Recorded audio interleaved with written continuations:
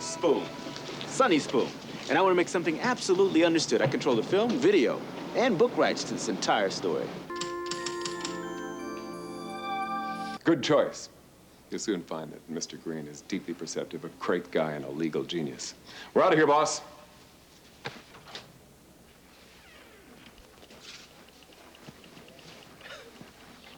You shine a mean apple, my friend. You Look, know that? pal, I'm sure you got all the important stuff. A frosted glass window with your name on it, a bottle of scotch in your bottom desk drawer, an old pistol named Roscoe, but we ain't gonna be needing you, Poon, so take a cab on this deal. And when it comes time for Mr. Green to hand out a bonus check for a job well done, you can count on me to say you were there. You're on PI heaven, eating bonbons and getting paid. You know something? I always thought I had a big mouth, but you talk faster than anyone I know. Do you even take breaths between sentences? Since we're getting along so good, why don't we just make it Deuce and Chester? Well, that's a good idea, because you are going to be stuck with me. In that case, Chester, I got a better idea. Since you're determined to be part of the Deuce's deck, maybe you should go down and get the info from my snitch. Let Mean Green know you're a player, you know? You come in tomorrow morning, you say, hey, Lowell, I got the goods. Maybe you say Deuce Daytona help, but basically it's a Chester Poon score all the way. Set you up with Green, and then you don't forget old Deuce when he needs a hand. What's going on here? What's going on is two PIs hanging in together. It's that simple. No, I don't think anything's that simple. Hey, babe, it's Deuce. You scored. Lucky you. Yeah, I got a break. My assistant trainee is taking the gig. Yeah, I'm available tonight after all. Yeah, I'll get you at 7. Love you too. Park it anywhere, Chester. Not funny.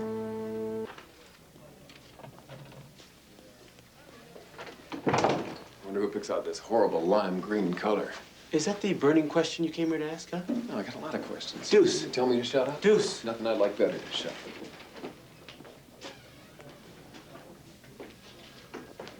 Hi.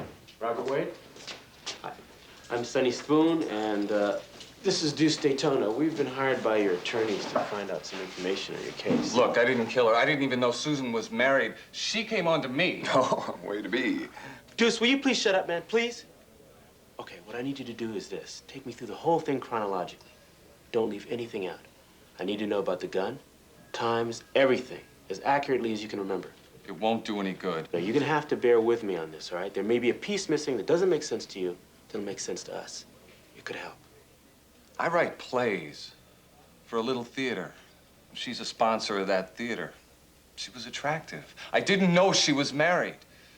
We started seeing each other, and after a while, it got pretty heavy. Then after we became intimate, she tells me that she's married. How's the food in this place? Are you in a ward or a cell block? Deuce, please, man. All right, so you told her what? Goodbye. I don't want to mess with a married woman. I have a son. I wanted a more permanent relationship. Then she tells me she's got these videotapes. She even gives me one of us in intimate circumstances, shot through the grating in this motel room we used. And then she tells me who her husband is. Look at that guy over there. He's got the ugly market cornered. What happens next? She then tells me I have a choice. I can go out and buy a gun and help her kill her husband, or else she's going to tell her husband we've been having an affair, and he'll kill me because he's violent and vicious. I don't know about you guys, but I'm getting hungry. What do you say we wrap this up and go eat? Deuce, are we boring you here? Bored? How could I be bored? You guys are asking directions to a grizzly's cave. We're going to find it, and he's going to sit on us. It's great. Good stuff. Fair enough. Why don't you just let us handle this then, okay? All right. So she tells you she wants you to kill him. What do you do next? Well, I started stalling for time. I told her I didn't know anything about guns. We went to a gun store out of town, the northern part of the state, to pick out a gun. Then she showed me how to shoot it. Then she told me she was going to help me do it last Tuesday night, but she got this high fever and said she couldn't go. Okay, so what do you do now? I wasn't going to commit murder for her, and I was afraid she'd tell her husband about us, so I decided I'd tell him myself. Susan was running this high fever, so I waited outside for Bill Jones to leave his house. I followed him to this restaurant. I went up to his table and told him everything. I told him I didn't know his wife was married when I took up with her. I told him about buying the gun. The whole story. That's when he arrested me. He arrested you? For what? Conspiracy to commit murder. He said he wanted the gun. We went to my house and I gave it to him. But he didn't book you, he didn't take you in, he just let you go. Right. I know he killed her with my gun, but there's no way I can prove we had that meeting. Nobody in the restaurant remembers seeing us, and he didn't file an arrest report. There's no way I can prove that we ever even met. You're gonna get the chair, buddy. Yeah, I'm sorry. I'd help if I could, but you're history, pal. A corpse. The system's against you, your lawyers are flakes, and this guy on my left is faked out by winos. Deuce, shut up, man, please. What time did the coroner place the time of death? It was 7 in the evening, right? Right. I was home alone at 7 after rehearsal. I didn't have to go back to the theater till 8. I have no alibi. Oh, this is great. Good night, sweet prince. All right, look, we're gonna be in touch, all right? I'm gonna do everything I can.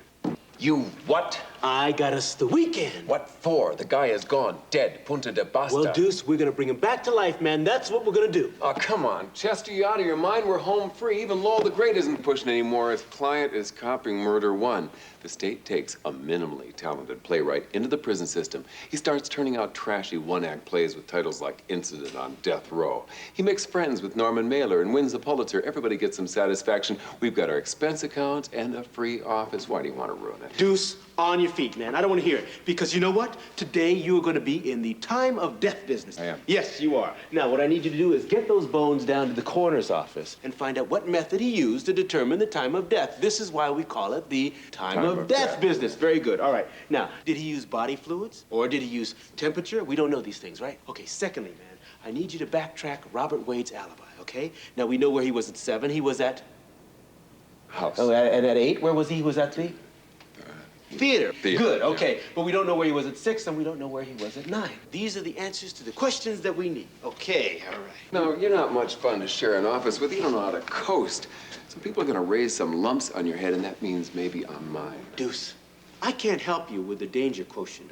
But unless you get off your butt and on your feet, I'm going to personally apply some lumps to your big head. Now, why don't you just slip into your jacket here, get out there, earn your bucks, and get some answers to those questions.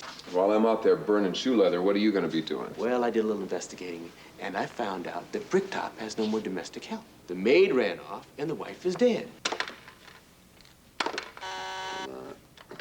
Yeah. It's Mr. Poon. Yeah, put him on.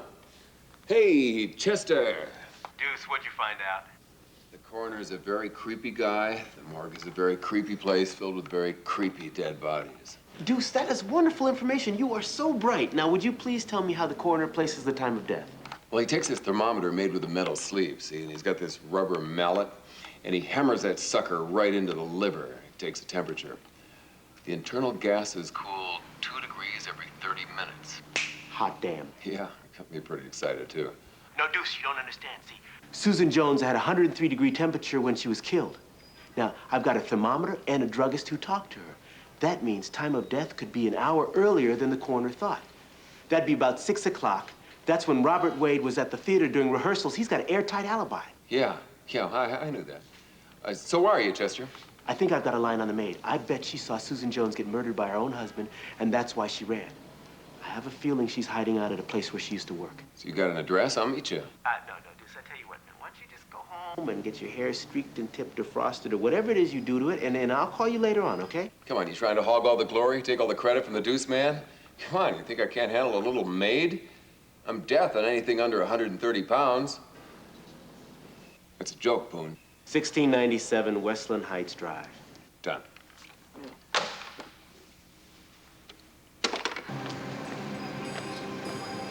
You may be fast, Gumshoe, but you can't outrun a bullet.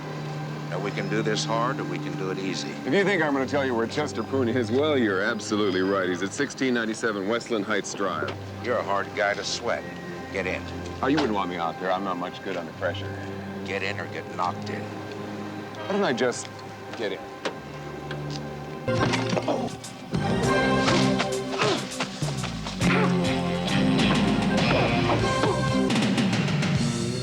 All finished now, Mr. Bricktop. Clean pool, clean house. Now you clean up your app. Maybe so, huh? All clear back here. Good job.